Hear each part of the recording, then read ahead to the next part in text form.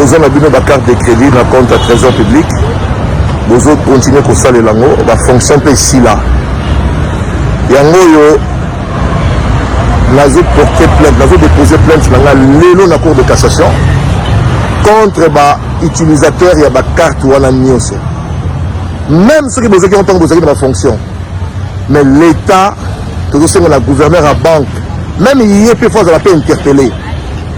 Mais tout le na kati plainte na ngo zala bien précisé to yeba iloko ni basala nango to yeba est-ce que ba dépense basala wana ba dépense basala na ba carte wana eza ba dépense etali mboka eza ba dépense na bango moko personnel. Ça c'est de 1.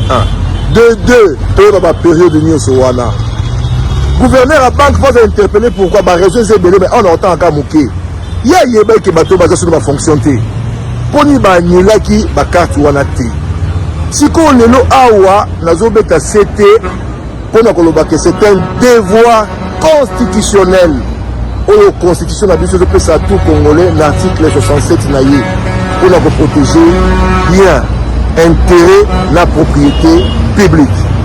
Nazo déposer plainte nanga lelo na cour de cassation ba bengi ça va utilisateur ba carte de crédit wana boko sakana mboka boité boté ka bakare minier botonda te bosala ba contrat moko ya lukuta mboko botonda te bozo continuer ti le photo yeba bo arrêter ko utiliser ba carte wana quand tane ti biso to luka ba mbongo pas si pour nous mbongo 7h du matin azaje la carte garage nanga pour ko luka mbongo à part politique la appel à activité nanga mike o e permettant nga mwanda ndam ya kosunga nango population ya kosunga penga mo kosunga famille nangai. Mais ce n'est pas normal.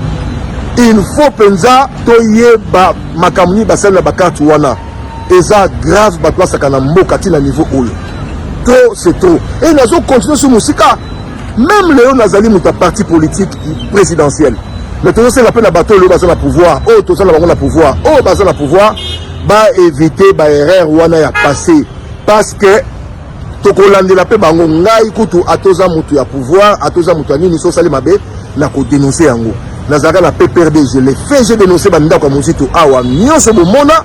Donc makambo faut aider ya mboka na tant to aider mboka to ko aider le chef de l'état to ko aider ba congolais nyonso babitu maison na est so c'est ba moyen mais il y a des ceux là qui utilisent frauduleusement ba carte à l'état bazole ba mbongo à l'état mais non c'est malheureux.